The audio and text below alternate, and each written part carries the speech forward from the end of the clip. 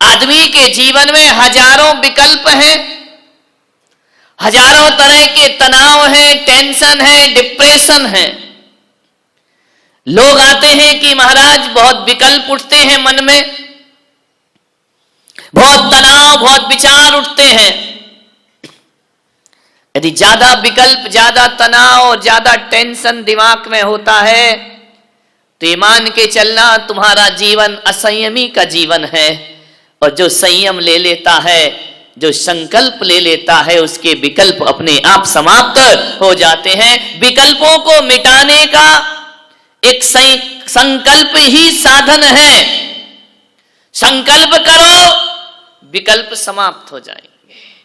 एक रास्ता। एक आदमी ने कहा कि टेंशन बहुत होता है, क्या करे? मैंने कहा कुछ मत करो, करोगे कि टेंशन होगा। टेंशन को मिटाना है तो अटेंशन में रहो। जो अटेंशन में रहेगा उसको कोई टेंशन होने वाला नहीं है। संयम यही कह रहा है कि जीवन को संकल्प से बांध करके चले। लक्ष्य विहीन यात्रा कहीं नहीं पहुंचती है। एक बात ध्यान रखना, आदमी चल रहा है, चल रहा है, चल रहा है, पहुंचा कहां है ये उसे पता ही नहीं है। आदमी चलता तो है, पहुंचता कहीं नहीं है। हम मंदिर जाते हैं, पूजा करते हैं, पाठ करते हैं, पहुंचे कहां? वहीं के वहीं। एक होता है ना कोल्हू का बैल, जो चलता तो बहुत है, उसकी आंख में पट्टी बांध दी जाती है। कोल्हू को जानते हैं? तुम लोग तो जानते होगे। कोल्हू का बैल जो होता है उसकी आंख में पट्टी बंधी रहती है, एक लकड़ी के खंबे से बांध दिया जाता है, गोल गोल घूमता है और मन में यही सोचता है बहुत यात्रा हो गई, आज बहुत चल लिया, सुबह से शाम चलते जा रहा, चलते जा रहा, चलते जा रहा है। वह सोचता है कि यात्रा बहुत कर चुका। लेकिन नादान जब शाम को पत्ती खुलती है तो कोल्हू का बैल चलता तो बहुत है लेकिन पहुंचता कहीं नहीं है। जहां से यात्रा शुरू होती है वहीं अपने को खड़ा हुआ। कहीं ऐसा जीवन हमारा तो नहीं? हम उपवास भी करते हैं, एकासन भी करते हैं, धर्म ध्यान भी कर लेते हैं, पूजा पाठ भी कर लेते हैं, माला जाप भी कर लेते हैं, लेकिन जब मौत आके हमारी पट्टियां खोलती है तो लगता है हम चले तो बहुत हैं लेकिन पहुंचे कहीं नहीं है। वहीं के वहीं अपने आप को खड़ा हुआ पाते। विचार करो, 5-5 पूजा कर ली, घर जाने के बाद क्रोध चालू, त्याग कर लिया, संयम ले लिया, विपरीत परिस्थिति पड़ी, क्रोध चालू, मान बरकरार है, मायाचारी चल ही रही है, पूजन पाठ चल रहा है, इधर धर्म भी चल रहा, उधर कर्म भी चल रहा है, इधर पाप भी चल रहा, उधर पुण्य भी चल रहा है। विचार करिए, ऐसा लगता है कि चले बहुत लेकिन पहुंचे कहीं नहीं। 4 शराबी थे, ना जाने उनको क्या सूझी, आवाज सही कर, बोले चलो नौका विहार करते हैं। एक नदी में पहुंचे, नाव में बैठे चारों शराबी, चप्पू चला रहे हैं, पतवार चला रहे हैं। कहते कि रात पूरी बीत गई, सवेरा होने को आया, पतवार चारों ने बारी बारी से चलाई। कुछ देर, कुछ घंटे पहले शराबी ने चलाई, कुछ घंटे दूसरे शराबी ने चलाई, चलाते जा रहे, चलाते जा रहे हैं। एक शराबी ने कहा कि यार सुबह होने को आई, उतर के तो देख किनारा दूसरा आया या नहीं आया। शराबी उतरा, उसने देखा, बड़ी जोर से हंसा। अरे उसने कहा पागल तू हंसता काहे को है? दूसरे से कहा तू आके देख ले। वो उतरा, उसने देखा, वो भी बड़ी जोर से हंसा। 2 बैठे थे, दोनों ने कहा यार पागलो हंस क्यों रहे हो, बताओ ना अपना किनारा आया कि नहीं आया। तीसरा उतरा, वो भी हंसा, चौथा उतरा, वो भी हंसा, चारों ठाके मार के हंस रहे हैं। बोले हंस रहे क्यों हैं? बोले यार अपन ने पतवार तो सारी रात चलाई लेकिन नाव खोलना तो भूल ही गए। नाव तो अभी भी इसी घाट से बंधी हुई है। सारी रात चलाई, नाव वहीं की वहीं खड़ी है। लंगर छोड़ना तो भूल ही गए, लंगर तो घाट से ही बना हुआ है। मान्यवर, कहीं ऐसा ही तो हमारी जिंदगी नहीं उन शराबियों की तरह। हम त्याग तपस्या सब करते हैं, मगर नाव तो घर से बंधी हुई है, नाव तो परिवार से बंधी हुई है, नाव तो हमारी संसार से बंधी हुई है। नाव नहीं छूटी, कहां पहुंचोगे? मेहनत होगी, पहुंचोगे कहीं नहीं। अपने अंतस को टटोलने का प्रयास करें। कितनी अनासक्ति बढ़ी, कितने पाप कम हुए, कितनी कसायों से मुक्ति मिली। ऐसा लगता है कि एक हाथी जब स्नान करता है, नदी में जाकर के नहाता है और नहाने के बाद घंटों स्नान करता है नदी में डूबकर, और फिर जैसे ही नदी से बाहर निकलता है, धूल पड़ती है, सूंड में भरता है और फिर धूल अपने ऊपर डाल लिया करता है। उत्तम संयम, ध्यान रखना। नहाना, फिर धूल से स्नान कर लेना, नहाना धोना सब एक सा ही हो गया। मान्यवर, हम भी अपने जीवन में यही कर रहे हैं। संयम होना चाहिए। संयम एक बंधन है, लेकिन एक बात याद रखना, हर बंधन बंधन नहीं होता। कुछ बंधन ऐसे होते हैं जो मुक्ति में कारण बना करते हैं। संयम एक बंधन है, संयम इंद्रियों का बंधन है, संयम प्राणियों का बंधन है। संयम का अर्थ है अपने मन को बांध करके रखना। लोग कहेंगे चाहते तो मुक्ति है और बंधन की बात कर रहे हैं। कुछ बंधन मुक्ति में कारण होते हैं। एक बेल को यदि ऊपर चढ़ना है घर के ऊपर, तो उस बेल को किसी पेड़ के सहारे से बंधना पड़ता है, उस बेल को किसी लकड़ी के सहारे से बंधना पड़ता है। और जब वह बेल किसी लकड़ी का बंधन स्वीकार कर लेती है तो बेल नीचे नहीं जाती, बेल ऊंचाइयों को प्राप्त किया। एक बात बताओ, कुआं है, बाल्टी है, बाल्टी में रस्सी का बंधन है, ये बंधन उसका पतन है या उत्थान है? विचार करिए।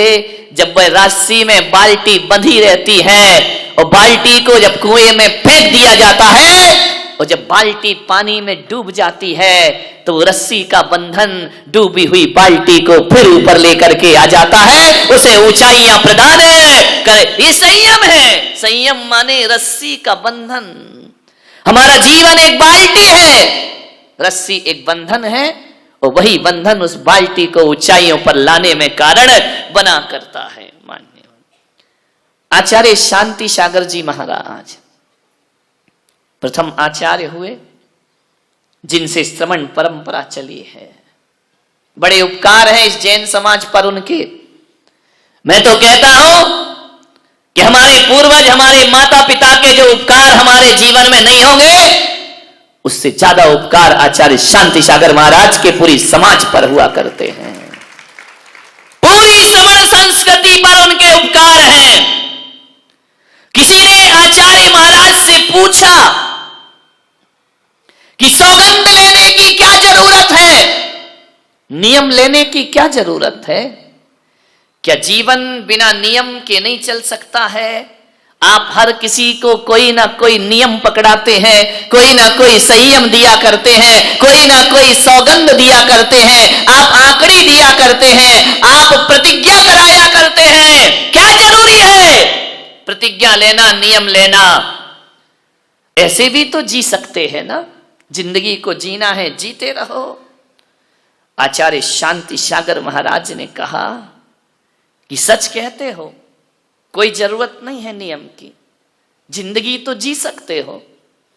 जिंदगी तो एक जानवर भी जिया करता है, जिंदगी तो एक पशु भी जिया करता है। जिंदगी जीना कोई बहुत बड़ी बात नहीं हुआ करती है। लेकिन उन्होंने कहा जरा ये बताओ कि बिना नियम के जिंदगी चलती कैसे है?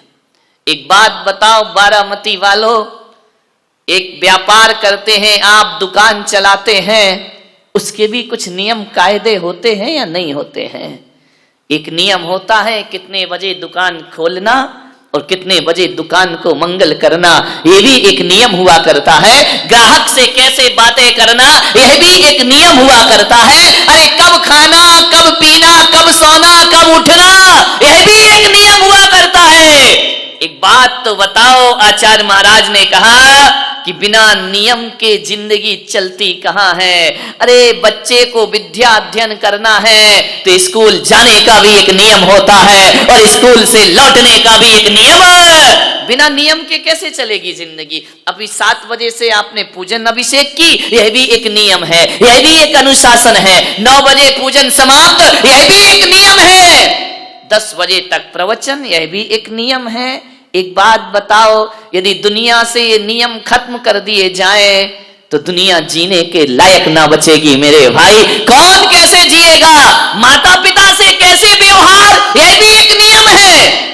बहन से कैसे व्यवहार, यह भी एक नियम है। भाई से कैसे व्यवहार, पति से कैसे व्यवहार। एक बात याद रखना, जो इन नियमों को तोड़ता है उसकी जिंदगी विनाश में कारण होती है, और जो नियम को पालता है उसकी जिंदगी उत्थान। कभी किसी नदी को देखना, नदी के बहने का भी एक नियम है। दोनों ही तट की सीमाओं में बंद करके बहा करती है नदी। एक बात बताओ, ये दोनों ही तट का बंधन लोगों को जीवन दिया करता है। वही नदी जीवन दान देती है और वही नदी हजारों का जीवन छीन लिया करती है। एक बात बताइए, जब नदी तट की सीमाओं में बंद कर बहती है तो जीवन दायिनी हो जाया करती है। जब तट की दोनों किनारों की सीमा और संयम को तोड़ती है तो वही नदी लोगों के सर्वनाश में। मुंबई देख रहे हैं क्या हाल है, क्या तबाही मची है, क्या अफरा तफरी मची है, पानी पानी हो रहा है। एक बात याद रखना, यही पानी जीवन है, यही पानी मौत है। एक बात याद रखना, उसी पानी से कीचड़ मचता है और उसी पानी से कीचड़ साफ भी हुआ करता है। आपके पैरों में कीचड़ लगता है पानी की वजह से, और आपके पैरों को साफ किया जाता है तो पानी। वही चीज जीवन है, वही चीज मौत है। जब कोई भी चीज समय से, संयम से ज्यादा हो जाती है, यहां पे डॉक्टर लोग बैठे हैं, दवाई जीवन भी है, दवाई मौत भी है। कितनी गोली खाना, कितनी दवा लेना, ये संयम है।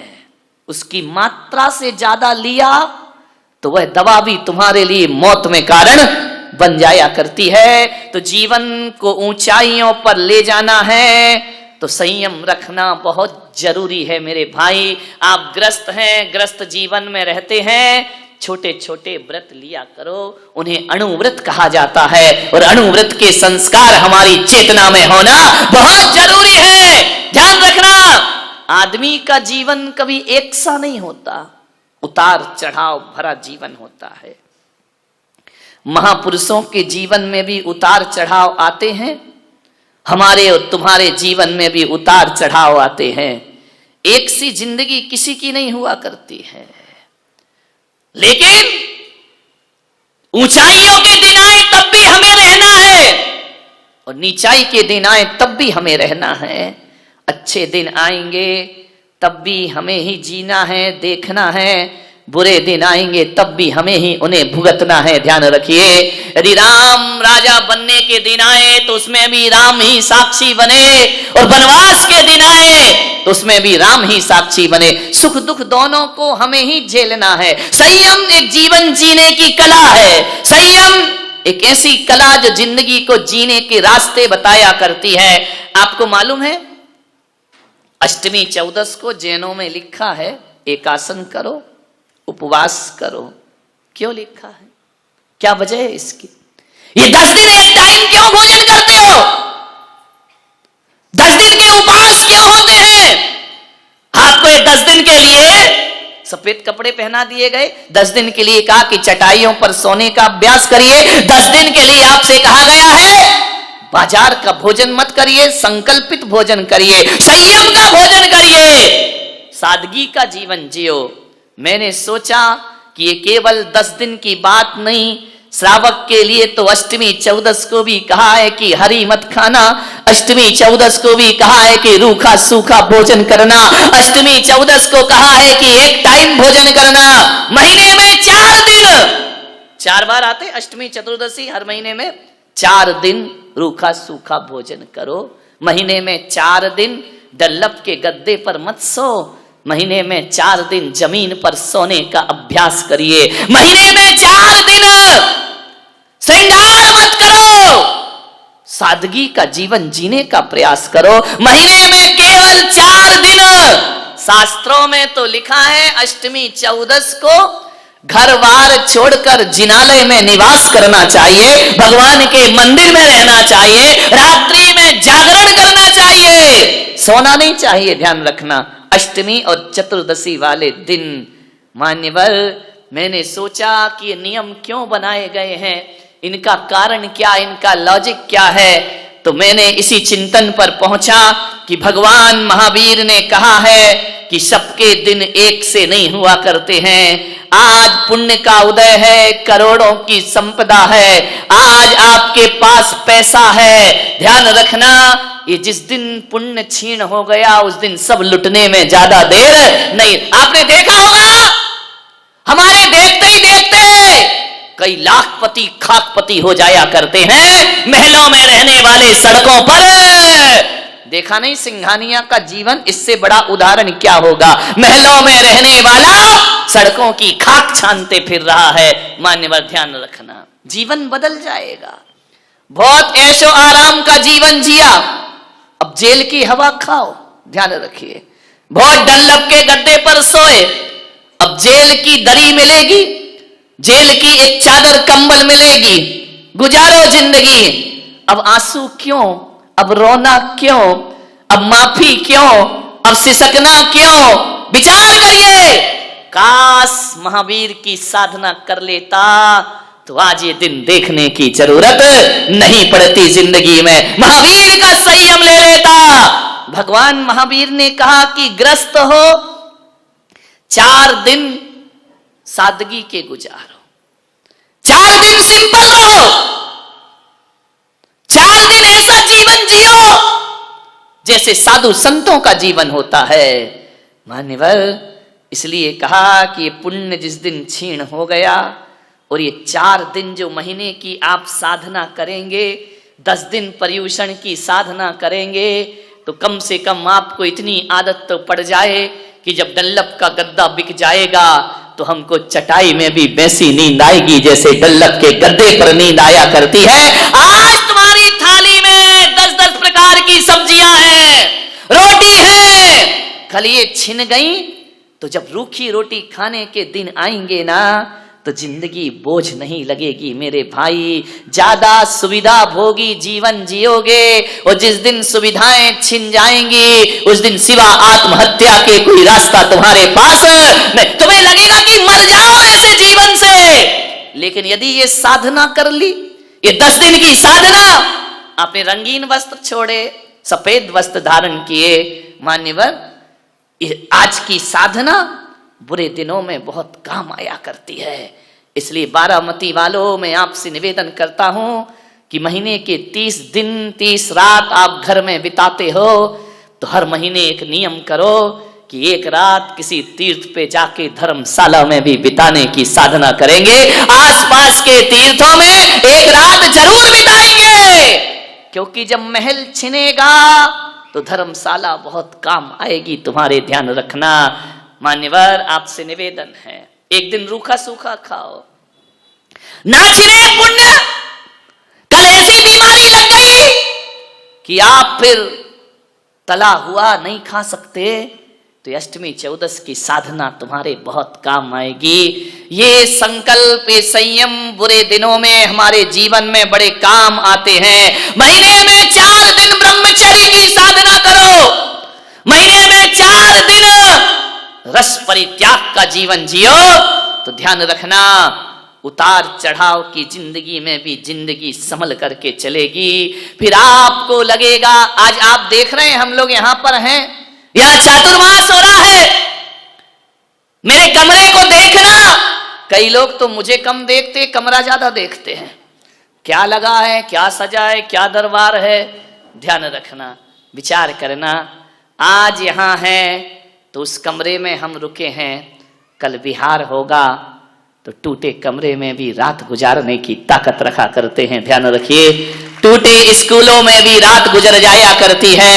आज सुविधा है, कल नहीं रहेगी। साधु तो सतत बिहारी है, साधु तो एक जगह रुकता ही नहीं है, बिहार करते रहता है। तरह तरह की सभ्यताएं देखने को मिलती हैं, तरह तरह की संस्कृति देखने को मिलती है, अजीब अजीब भाषाएं सुनने को मिलती हैं। जहां जाओ वहां की अलग अलग सभ्यता है, अलग अलग संस्कृति है। एक साधु को अपना जीवन ऐसा ढाल लेना चाहिए कि जहां जाओ जैसा देश वैसा भेष बनाने की। ये संयम का फल है मेरे भाई, ध्यान रखना। अच्छे भी लोग मिलते हैं, बुरे भी लोग मिलते हैं, आरती उतारने वाले भी मिलते हैं और गालियां देने वाले भी मिलते हैं, अर्घावतारण वाले भी मिलते हैं और असी प्रहारण वाले भी मिलते हैं। ध्यान रखना, जिंदगी है, सब जगह एक साथ थोड़ी होगा। आज जो बारामती का वातावरण है, जरूरी नहीं कि आगे ऐसा ही वातावरण मिले। हर हाल में जो खुश रहना सिखाता है वो उत्तम संयम धर्म हुआ करता है। हर परिस्थिति में आनंद है, ध्यान रखना, इसका नाम संयम है। यदि ये संयम हमारे जीवन में आ गया तो बताओ मेरे भाई, इससे नुकसान कौन सा है? 10 दिन तुमने यदि रात्रि में पानी नहीं पिया तो एक संकल्प किया है अपने आप की क्षमता को जानने का, उजागर करने का। हमारे अंदर अनंत संभावनाएं हैं, संयम उन संभावनाओं को उजागर किया करता है। आचार्य शांति सागर महाराज से बोला गया कि महाराज, कोई जरूरी है कि हम सब आपकी तरह नग्न हो जाएं, आपकी तरह महाराज बन जाएं? क्या जरूरी है? महाराज ने कहा कोई जरूरी नहीं है, ध्यान रखना।